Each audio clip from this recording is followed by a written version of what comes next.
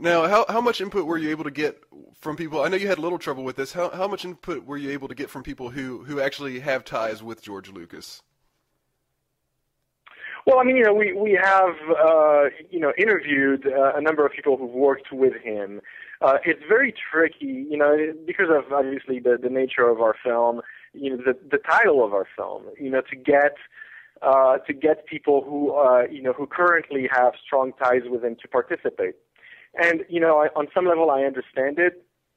But, it is, of course, it was certainly a very frustrating part of the process, a difficult part of the process. But it really forced us to dig deeper, and to try to find our own evidence in a number of different ways. But I think ultimately, and this has been the early reaction from, festival directors, watching the film and being really enthusiastic about it, is that, people will find that it's a very balanced debate. We've really had to take a step back, and I did not want to approach this film from the perspective of a fanboy. As much as I can be a fanboy, this would have been, I think, the lethal mistake. And so I really wanted to look at this topic from the standpoint of a documentary filmmaker, and to be as objective and look at both sides of the story, as objectively as possible. So I think ultimately it's a very balanced, very factual account, and if George gets to see the film, I hope he'll like it. I know it's not, we didn't spare anybody. It's very much an uncensored debate, and that's what I felt my job was as a documentarian.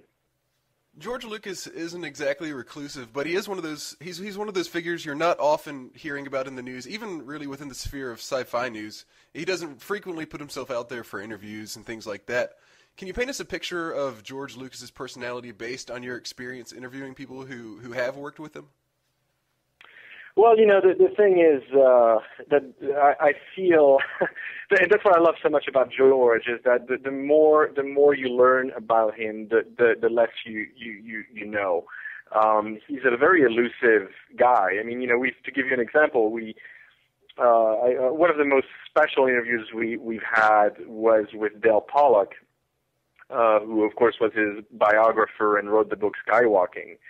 We interviewed Dale at his home in North Carolina for 4.5 hours, and I mean he's just a wealth of knowledge on George and his motivations. But ultimately, even Dale could only speculate to a certain extent. You can look at his life, and you can look at some of the things that motivate him, that may have motivated him. You look at his early interviews, for instance, there was a very early 1971 interview that was leaked on the web not too long ago, kind of prior to THX, which is very, very interesting because you're seeing a young George Lucas talking about his frustration with the studios having control over his work, and yearning to actually control his work. I mean, you're seeing the seed, you're seeing events in his life that may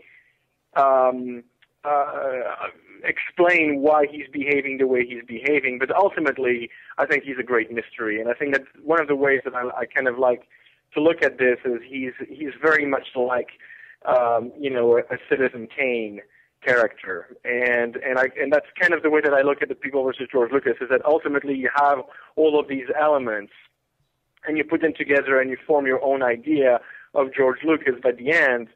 But can you say specifically, why he is the way he is? No, absolutely not. But that's I think the beauty of it, and I think for all of us as human beings, there is a mystery there. But George is particularly mysterious, I think. Citizen Lucas, that could be your next project, right? Oh, Citizen Lucas, yes, absolutely. That would be a great one. Well, I'm guessing you didn't. I know you weren't able to talk with Lucas for your film. Did you even try contacting him, or did you kind of just figure that would be a lost cause? Oh no. We never. We'll never be. We'll always try something, and that's the role of a documentary filmmaker. So yes, absolutely. We contacted them very early in the process. In fact, when we launched our website, they were the first people that we contacted, and we wanted to be very open about the project and tell them that it was happening, and of course invited them to participate. We invited them again once the first trailer was released, and they were actually very nice to us, very polite, but they acknowledged essentially our right to make this film, of course, but they declined to participate. They didn't feel that it was appropriate.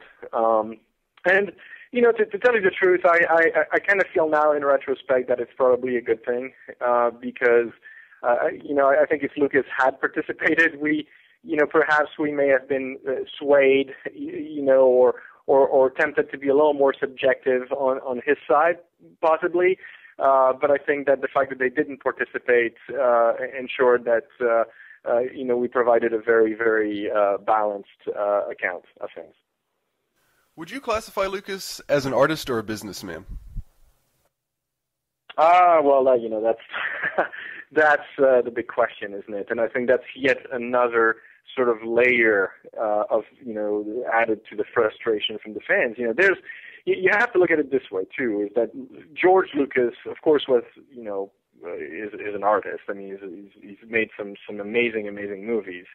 But he was also, as the fans like to put it, he was one of us. He was this kind of scruffy nerf herder, as they like to put it. He was the guy who went against the system. Went against the system and just blew up the Death Star of Hollywood from the inside and changed everything and was a revolutionary. And then the irony that he became this businessman, that he became this machine that the fans can no longer connect with on the same level. So again, it's that added layer of frustration.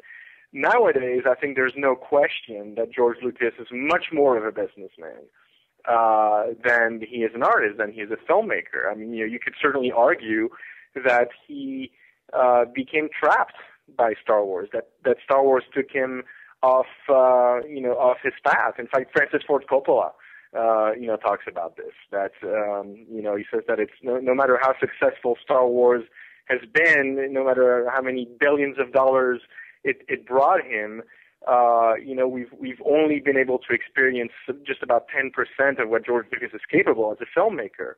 And I mean, when you hear Francis Ford Coppola saying this, it sort of it gives you the chills. I mean, it's very, very it's very sad, to hear this. But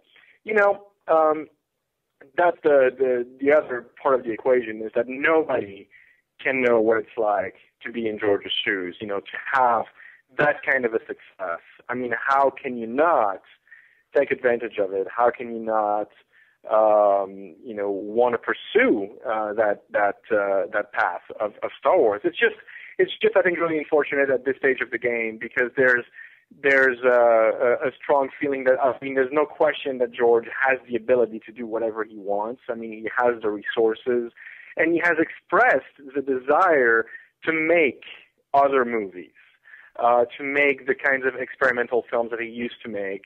But he's just not doing it, and I think that's the fans are very disappointed, because I think a lot of them would like to see him breaking away from Star Wars and doing something completely new.